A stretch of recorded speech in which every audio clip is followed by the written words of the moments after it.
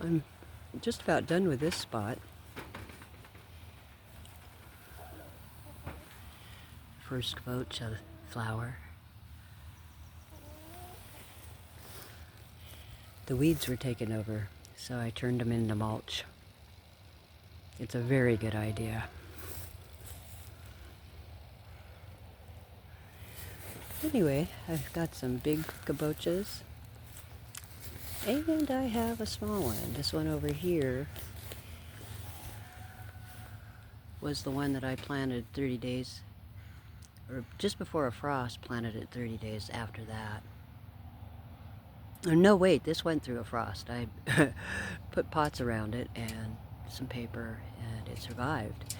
Now, last year I planted a kabocha there, and it was small too. I had tons of compost in here. I'm not sure why. There is a mole living under there somewhere.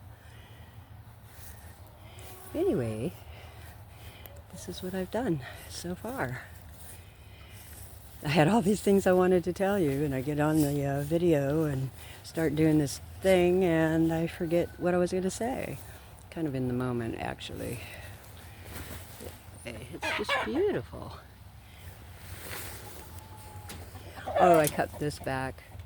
It was stunning this. There's a root down there, so that might be stunning it. We'll see. We'll see. One of my experiments, right? I like to mix and match. Anyway, that's that section. Tomatoes are coming along. Check it out. Check it out.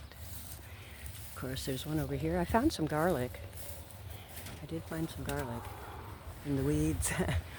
I stick garlic in the ground all the time, here and there as I go.